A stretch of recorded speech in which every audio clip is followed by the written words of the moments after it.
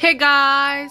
Today I'm going to read you a story called Pinkalicious and the Flower Fairy. Let's begin. Pinkalicious and the Flower Fairy. I want a flower fairy to visit my garden, I said to my brother Peter. I want a worm to visit my garden, Peter said. Yuck, I said.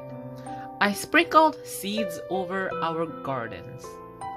Flower fairies love pink flowers, I said. Worms love mud, Peter said. I raked and watered my garden. Vroom!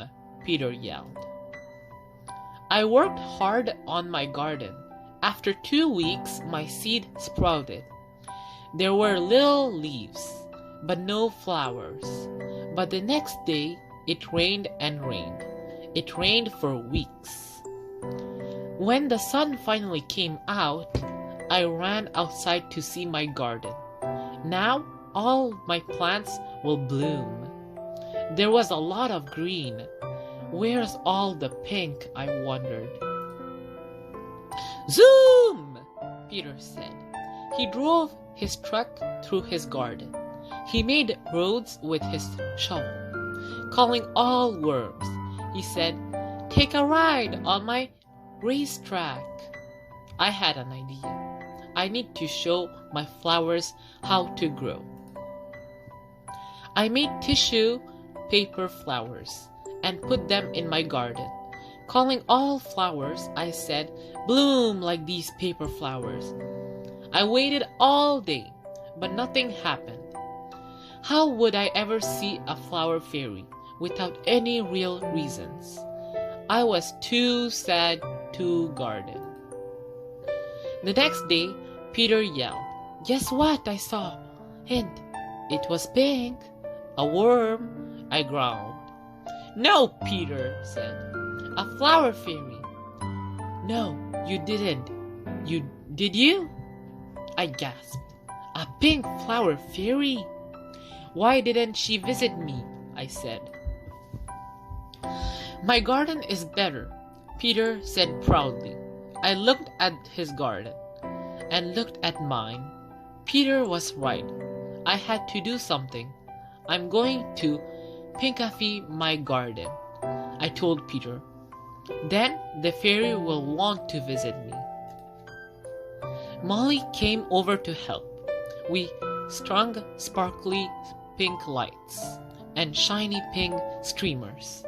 We added a pink parasol and set out pink fairy cakes. My garden was a pink wonderland. I put on music and Molly and I danced like fairies. It was very loud, very fun, and very pink. Still, the fairy didn't come. All we saw was a giggly pink worm. But my mom looked out the door. "It's time to clean up," she said. We began packing my pink belongings. Soon, my garden was plain again. It was time for Molly to go home. "We didn't see a fairy," I said. Molly gave me a hug. "Don't be sad," she said. I sat down in the grass. A big weed tickled my foot. I pulled it out. Behind it was a pink flower. I pulled out more weeds. I couldn't believe it. My garden was beautiful. There were flowers hidden among the weeds all along. I smelled an fragrant pink flower. "Hello," said a little voice. I was nose to nose with a fairy. She was pink and shimmery. She had flower petal wings.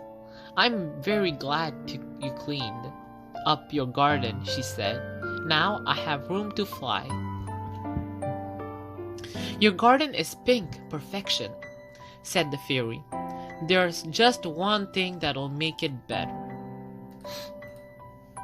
I knew exactly what that was. Fairy magic. I cheered.